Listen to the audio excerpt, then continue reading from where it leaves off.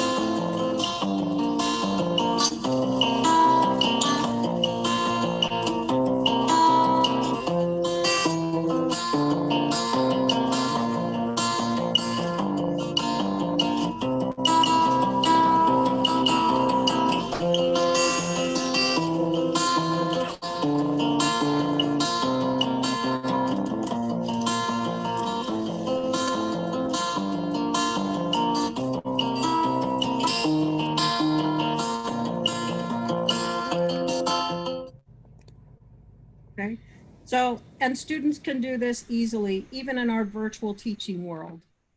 Okay, go ahead next. All right, the most important, well, it's all important, but one of the critical factors in this project is the creation of an elevation flag. And this is a nice integration of technology. If you can click on that link, the bottom link with the right here. Yeah, oh, that one. Click on it. There we go. Okay, so using a website called Citizen Eyes, where people will enter their location to determine the sea level, where they are at sea level, because the ocean is coming. And this is a direct connecting to the awareness that, hey, I might not be on the ocean, but this is where I'm at and it's coming. So maybe I ought to pay attention. So Brian, if you want to type an address in there, just so they can see.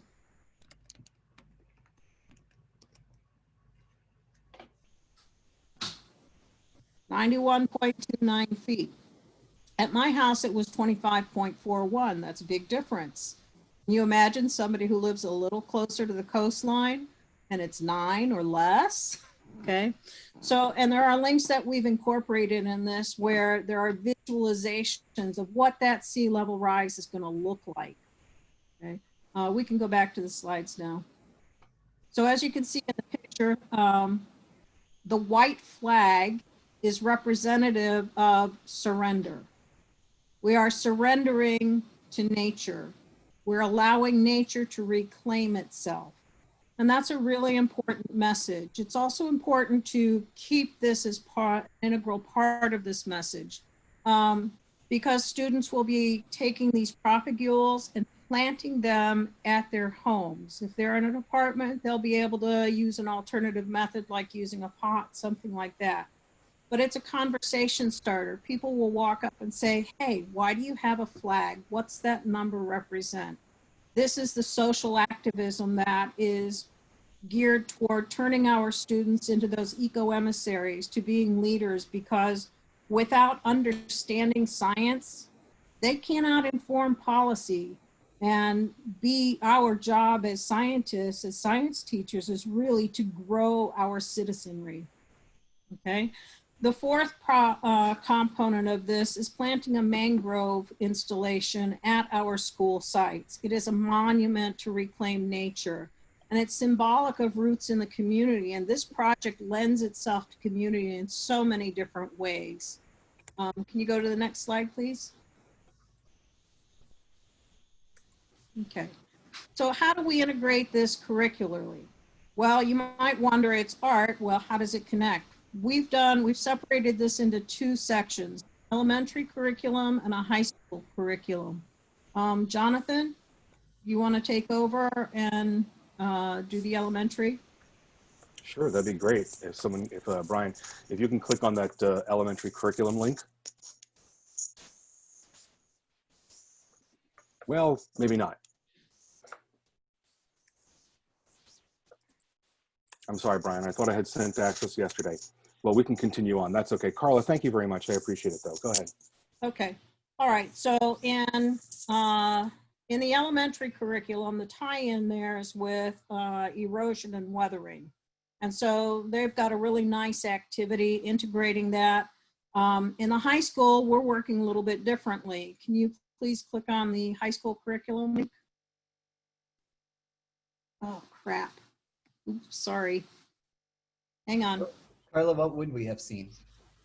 Okay, what you would have seen is our scope and sequence, a brief calendar outlining how we can integrate it with the lab activities and where those what types and which standards, because we can integrate this. This is fantastic to start the year off with, and that is a good way of capturing the interest. It's a great hook with awareness of what the relevance of what we're learning in our biology classes or environmental science classes or whichever class it's used in, to capture what is the relevance of science to their lives. It's a way to engage the kids, because we can use this not only for environmental education, but also for understanding all of those little things that kids can't really, they're like, why do I need to know about molecules? So it really is that way. All right, go ahead to the next slide, please. Okay. All right, so we've put some links in here. This is a living document. This is in no way complete. As we develop and kind of try things out, we intend to keep this updated and working and keeping our conversation with Xavier and Adam going, so that anybody can go to this and see what we've done and do, understand how do we use it in a time of virtual lesson planning? How can we reach our kids with it? Okay. All right, go ahead. All right, so brief timeline. We definitely discussed how can we use this year. We in Palm Beach County are going to start virtually. So how do we do that? Well, we need to distribute the propagules to kids so that they can use it at home. We talked about ways that we can do that. If you don't have to go virtual this year, then it's real easy. You can do it in your classroom and give it to the kids. So we talked about ways to do that. For the planting, there are logistics to deal with. This is a great way for community involvement. And do you need permissions? Yeah, you do for putting anything on your school sites. There are procedures for that. So you have to be aware of those kind of things. This is why you need to start at the beginning of the year working on the installation part of it, because it does take time. You can't just go out there and stick them in the ground. All right. In January to March, we anticipate somewhere between that time, probably closer to March or April, honestly, to actually undertake doing the planting, so that there's this monument, this testament to an awareness of science and society, and that communicating piece and our social responsibility on our school grounds. And we're contributing to the environment also. Okay, so I have a link on that. I probably did not make that. I probably did not include open permissions to that, and I apologize. I'll fix that. All right, are there any questions?